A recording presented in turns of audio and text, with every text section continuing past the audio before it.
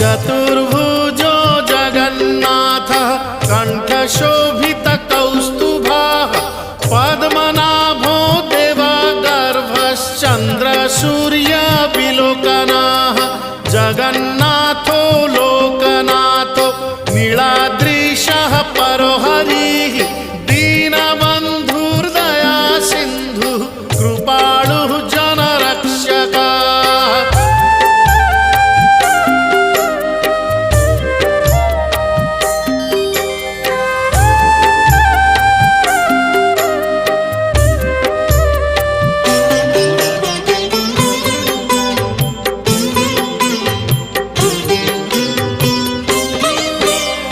कम्बुपाणिः चक्रपाणिः